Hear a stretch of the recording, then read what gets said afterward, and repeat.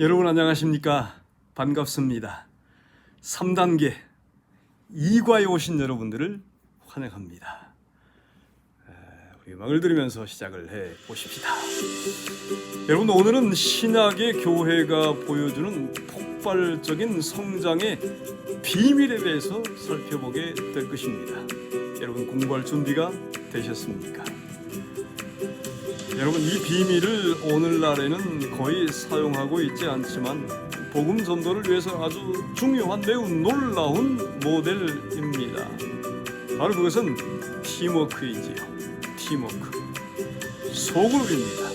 이 팀워크에 정말 이 복음 전파를 위해서 팀워크는 정말 필요하고 중요한 것인데, 이 팀워크를 아주 효과적으로 이룰 수 있는 키워드는 헌신입니다. 헌신. 반쯤 결심한 사람이 팀 전체의 분위기를 흐트릴 수 있습니다. 반쯤 결심한 사람들. 반면에 목적을 위해 서로 밀어주는 팀은 하나님의 축복과 변화된 삶을 영원히 경험하게 될 것입니다. 여러분들은 어떻습니까? 절반쯤 헌신하시겠습니까? 90% 헌신하시렵니까? 아니면 전적인 헌신을 하시기 원하십니까? 지금 우리 주님은 이 죽어가는 세상에서 영혼을 구원하기 위한 일꾼을 찾고 계십니다. 전적인 헌신을 하는 그러한 일꾼들을 찾고 계십니다. 여러분들은 연합하기를 원하십니까? 그러한 헌신적인 일꾼이 되기를 원하십니까? 그런 일꾼이 되어 보십시다. 예수님의 제자가 되어 보십시다. 선교하는 예수님의 제자 말입니다. 여러분, 지난주에 기억절은 에베소서 3장 20절 21절이었습니다. 우리 다 같이 한번 외워보시죠. 에베소 3장 20절 21절. 우리 가운데서 역사하시는 능력대로 우리의 온갖 구한 것이나 생각하는 것에 더욱 넘치도록 능히 하실 이에게 교회 안에서와 그리스도 예수 안에서 영광이 대대로 영원 무궁하기를 원하노라. 아멘. 에베소 3장 20절 21절 말씀. 감사합니다. 오늘의 본문의 말씀을 좀 보겠습니다. 3단계에서는 이 소그룹 훈련입니다. 성경 말씀의 본문만 주어지지요. 첫 번째 이 관찰 통찰에서는 성경이 무엇을 말하는지 여러 번 읽어가면서 살펴보는 것입니다. 에베소 3장 7절부터 21절입니다. 한번 다 같이 보겠습니다. 이 복음을 위하여. 이 복음을 위하여. 빠졌네. 이 복음을 위하여. 여러분, 이 복음이 무엇인가요? 이 복음을 위하여 그의 능력이 역사하시는 대로 내게 주신 하나님의 은혜의 선물을 따라 내가 일꾼이 되었노라. 내가 일꾼이 되었노라. 왜 일꾼이 되었다라고 얘기합니까? 왜요? 왜 일꾼이 되었노라고 얘기합니까? 지극히 모든 성도 중에 8절, 지극히 작은 자보다 더 작은 나에게 이 은혜를 주신 것은, 여러분, 하나님께서 이 은혜를 주신 이유는 무엇입니까? 은혜를 주신 이유는 무엇입니까? 이방인에게 복음을 전하기 위함입니다. 그렇죠? 이 본문에서 뭐라고 말씀하고 있는가? 이방인에게 복음을 전하기 위함입니다. 복음은 우리가 아는 것처럼 굿뉴스이지요. 기쁜 소식입니다. 뉴스입니다. 이 뉴스를 믿든지 믿지 아니하든지 전파되어져야 하는 것이지요. 누구에게까지라도요. 이방인에게. 그 다음에 비밀의 경륜이 어떠한 것을 드러내기 위해서 은혜가 주어졌습니다. 그 다음에 각종 하나님의 지혜를 알게 하려 하시기 위해서 은혜가 주어졌습니다. 11절 보시죠. 곧 영원부터 우리 주 그리스도 예수 안에서 뭐라고 그랬습니까? 예정하신 뜻대로 하신 것이라. 우리의 구원이 예정되었다라는 그런 뜻은 아니겠지요.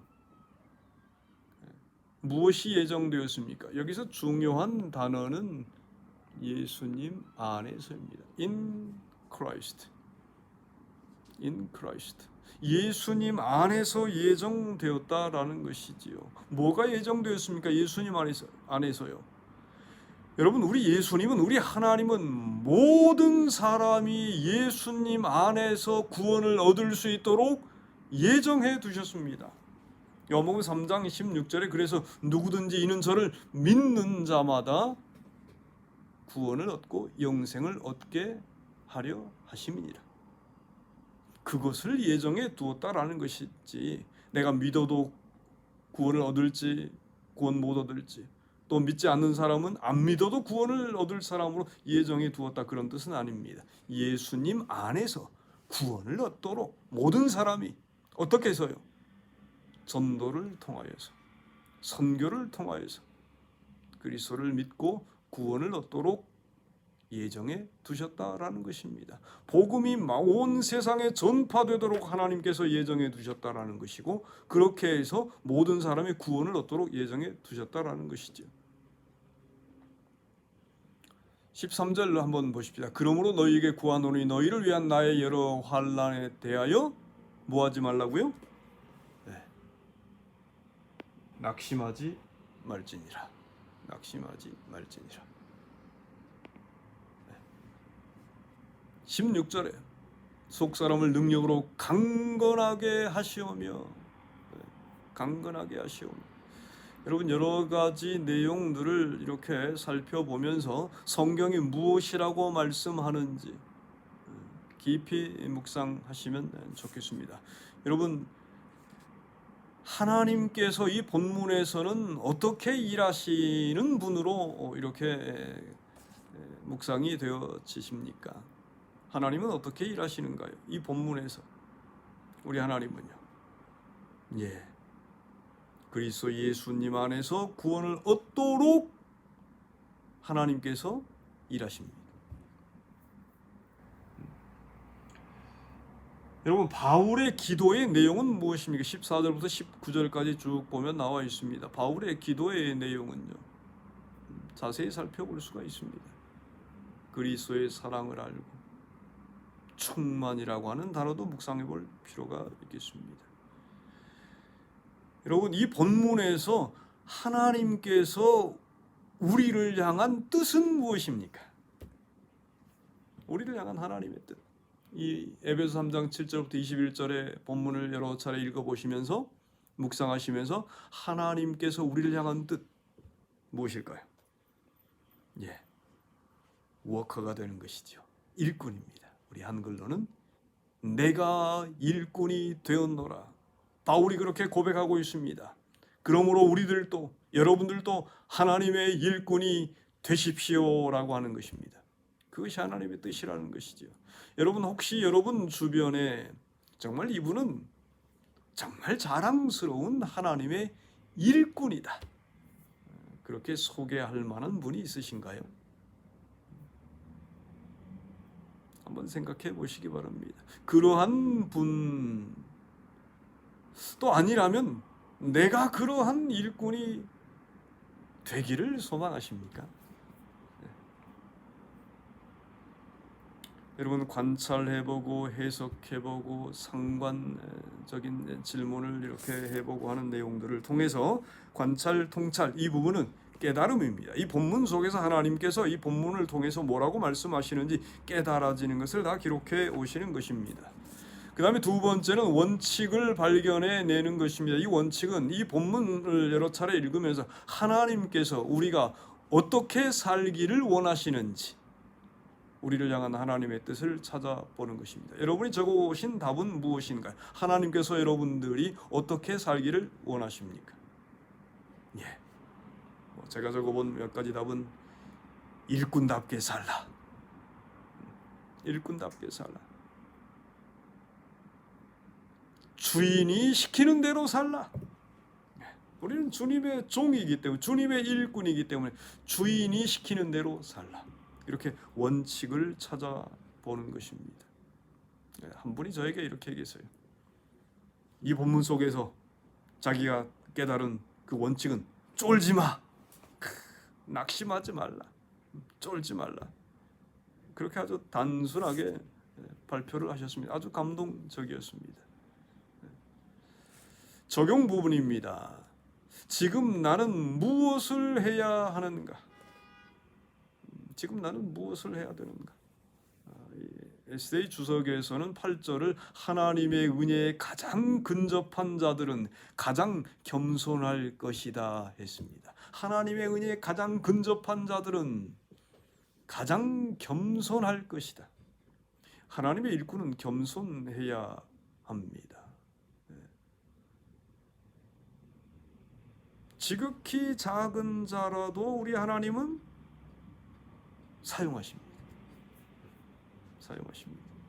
지극히 작은 일일지라도 우리는 주님을 위해서 할 수 있습니다.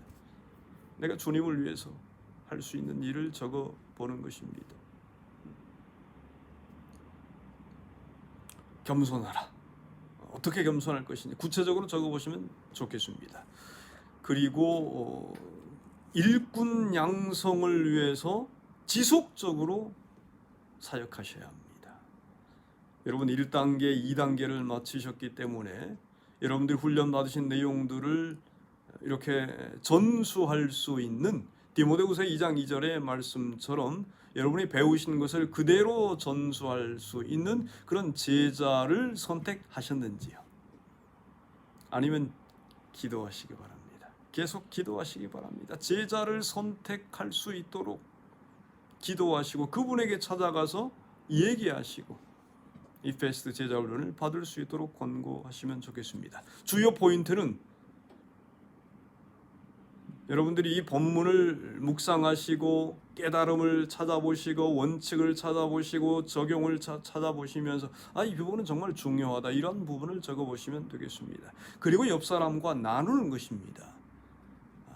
성경에서 뭐라고 말씀하는지 서로 나누고 질문하고 깨달은 것을 적어보시고 원칙을 서로에게 소개하는 시간인 것이죠. 낙심치 않는 일꾼이 되라. 하나님의 은혜로 일꾼이 된다. 이 본문 속에서 우리 하나님은 어떤 하나님이십니까?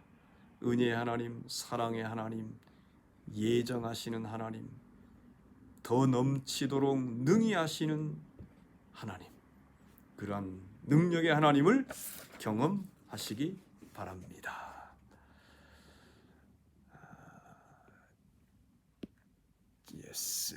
그 다음에 여러분 소그룹 입문 실제적 제안들을 좀 보시기 바랍니다.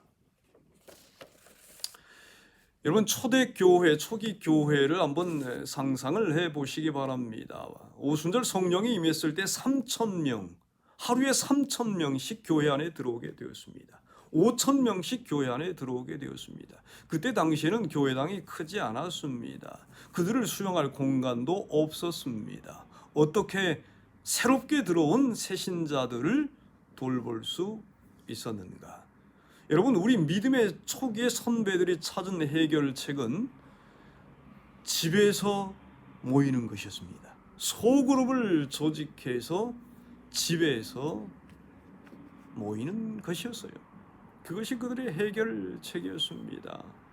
주께서 그렇게 했을 때 구원받는 사람을 날마다 더하게 하셨다라고 기록하고 있습니다. 여러분, 바울도 역시 그의 사역의 중심을 가정에서 모이는 소그룹에 두었습니다. 소그룹에 두었어요.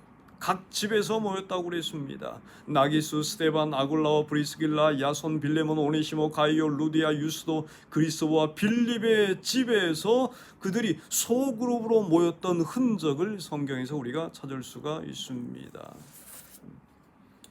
여러분, 사실 이 소그룹은 예수님께서 이 가정을 사용하는 이 계획은 우리 주님께서 처음 시작하셨습니다. 12명, 70명의 제자 훈련에서 가정을 찾은 이후에 그 가정을 중심으로 사역하고 집중하라고 우리 예수님께서 가르치고 또 말씀하셨죠. 마태복음 10장 11절 이하에 그렇게 기록이 되어 있습니다. 그리고 우리 예수님께서 가버나움에서 예루살렘에서 그렇게 하셨고, 베드로의 집, 마태의 집, 시몬의 집, 삭개오의 집, 나사로의 집, 그들의 집을 사역의 거점으로 사용하셨습니다. 여러분, 요한복음 13장 35절에 너희가 서로 사랑하면 이로써 모든 사람이 너희가 내 제자인 줄 알리라, 이렇게 말씀하셨어요. 너희가 서로 사랑하면 이로써 너희가 내 제자인 줄 알리라. 여러분, 어떻게 우리가 사랑하는 모습을 믿지 않는 사람들에게 보여줄 수 있습니까? 어떻게 해요? 우리가 서로 사랑하는 모습을 어떻게 보여줄 수 있어요? 여러분, 소그룹에서 보여줄 수 있습니다. 그 유일한 길 중에 한 길이 소그룹에서 그들을 초청해서 우리가 서로 사랑하는 모습을 그들에게 보여줄 수 있습니다. 그러므로 그들이 우리가 그리스도의 제자인 줄 알게 되리라고 말씀하고 있는 것입니다. 여러분, 이 소그룹이 왜 그렇게 효과를 거둘 수 있는가? 밭을 가꾸는 데는 첫 번째는 씨를 뿌리고 두 번째는 경작하고 그 다음에 세 번째가 추수입니다. 이 단계는 굉장히 중요하지요. 씨를 뿌리고 경작하고 추수하는 이 3단계가 굉장히 중요합니다. 세미나를 하든지 집집 방문을 하든지 전도지를 분급하든지 또 책자를 나누든지 지역사회에서 봉사를 한다든지 이러한 것들은 씨를 뿌리는 일입니다. 여러분, 씨를 뿌리는 활동이지요. 그 다음에 성경을 가리키고 공중 전도회를 하는 것은 추수하는 활동입니다. 그런데 이 중간에 있는 이 경작 부분이 참으로 중요합니다. 이 경작은 긴 시간이 필요로 돼요. 물을 주고 잡초를 뽑고 비료도 주고 덮개를 씌워주기도 하고 질병을 막아주는 것이 경작입니다. 여기에서 성장이 일어나지요. 복음 전도 과정에서 가장 중요한 부분인데 사실 어떤 면에 있어서 가장 등한시 되고 있는 부분입니다. 씨를 뿌리고 경작, 그 다음에 추수인데 이 경작은 소그룹을 통해서 이루어져야 되는 것이지요. 이 소그룹은 구도자와 성도, 파종과 추수의 중간 가교 역할을 해주고 있습니다. 여러분, 충분하게 경작을 하지 않는다면, 식물을 돌보지 아니하면 아무리 씨를 많이 뿌렸다 할지라도 가꾸지 아니하면 결실할 수 없습니다. 그래서 소그룹이 중요한 것입니다. 그래서 초대교회는 이 소그룹에 정말 올인한 것입니다. 예수님이 이것을 강조하셨고 바울이 강조했고 초대교회가 성공한 이유가 바로 거기에 있는 것입니다. 오늘날도 여러분 마찬가지입니다. 누가 소그룹 하기를 기대하지 말고 내가 자원해서 하시면 좋겠습니다. 제자 훈련을 받는 사람들끼리 4사람씩 이렇게 3사람 혹은 4사람씩 팀을 이루어서 시작하시면 좋겠습니다. 신약시대에 여러분, 신약시대에 이런 소그룹이 바로 세상을 뒤집어 엎은 것입니다. 그 일이 다시 일어날 수 있습니다. 여러분, 우리 한번 해보십시다. 배운 대로 실천해 보십시다. 소그룹에 한번 제자훈련과 함께 목숨을 걸어 보십시다. 여러분, 다음 시간에는 이 소그룹의 아주 중요한 4대 원리에 대하여서 살펴보게 될 것입니다. 기대하시기 바랍니다.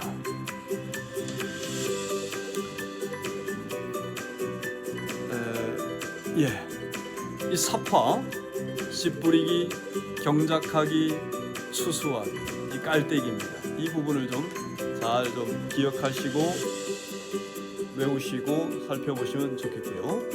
다음 주의 기억절입니다. 다음 주의 기억절, 저희가 사도의 가르침을 받아 서로 교제하며 떡을 떼며 기도하기를 전혀 힘쓰니라. 사도행전 2장 42절 말씀. 아주 소그룹의 아주 중요한 4가지의 키워드, 아주 중요한 요소들이 이 사도행전 2장 42절에 기록이 되어 있습니다. 다음 주에 연이어서 살펴보겠습니다. 돌아오는 한 주간도 믿음으로 승리하시고 기억들을 부지런히 암송하시고, 여러분 1단계 1과부터 시작해서 에베소 3장 20절 21절까지 전체를 다 외우시고 암송하시고 그 다음 미션 계속하시고 승리하시길 바랍니다. 다음 시간에 뵙겠습니다. 감사합니다.